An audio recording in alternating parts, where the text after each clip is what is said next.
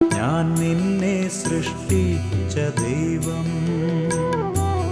ഞാൻ നിന്നെ രക്ഷിച്ച ദൈവം, ഞാൻ നിന്റെ പാതയിൽ എന്നും വെളിച്ചമായി നിന്നെ നയിക്കുന്ന ദൈവം.